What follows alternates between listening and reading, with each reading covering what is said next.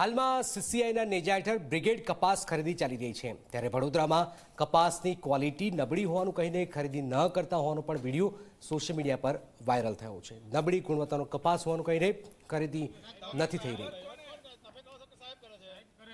તમારો કપાસ આનથી સારો પેલા ભાઈનો છે તો બી એવું કહે છે કે નહીં ચાલે। આ અત્યારે લેકિન કેમ ના કર્યો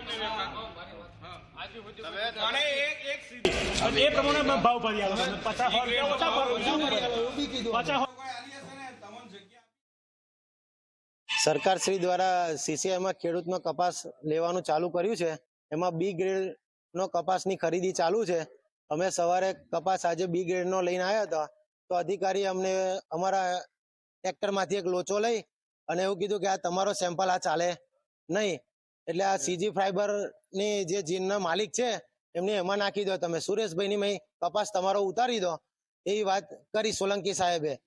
અમને એવું કીધું સાહેબ તમારે અમારો જે કપાત કરવું હોય ભાવ થોડોક ઓછો એ કરીને તમે ખરીદી કરીને લઈ લો, તો કે એ ચાલે નહીં, તમારે જે કરવું હોય તે કરો આગળ તમારે, અને નિકન સુરેશભાઈ મેં ઉતાર દો આ વાત કરી અમને।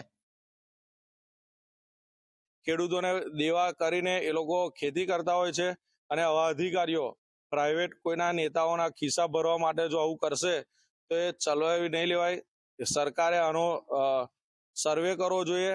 આ લોકો પ્રાઇવેટ વેપારીઓ અલગ અલગ ગામોના 100-200 ખેડૂતોને ભેગા કરીને લોકોના 7-12ના કટિયા બી ઉઘરાઈ લે છે 2-5 હજાર આપીને, અને સેન્ટરની અંદર એના નામે પૈસા નાખે છે અને ઉપાડે છે।